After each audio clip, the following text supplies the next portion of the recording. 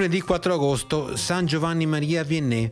È il 216° giorno dell'inizio dell'anno, ne mancano 149 al termine. Il sole sorge alle 5:58, tramonta alle 20:35.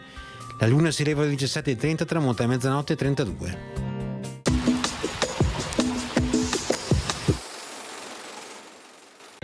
Un decreto del Senato Veneto stabilisce un dazio del 5%, detto quintello, su ogni legato o eredità. I proventi di questa vera e propria tassa di successione dovranno servire esclusivamente alla manutenzione della laguna di Venezia, la quale, a detta degli esperti del tempo, aveva bisogno di essere continuamente cavata senza aver rispetto a spesa.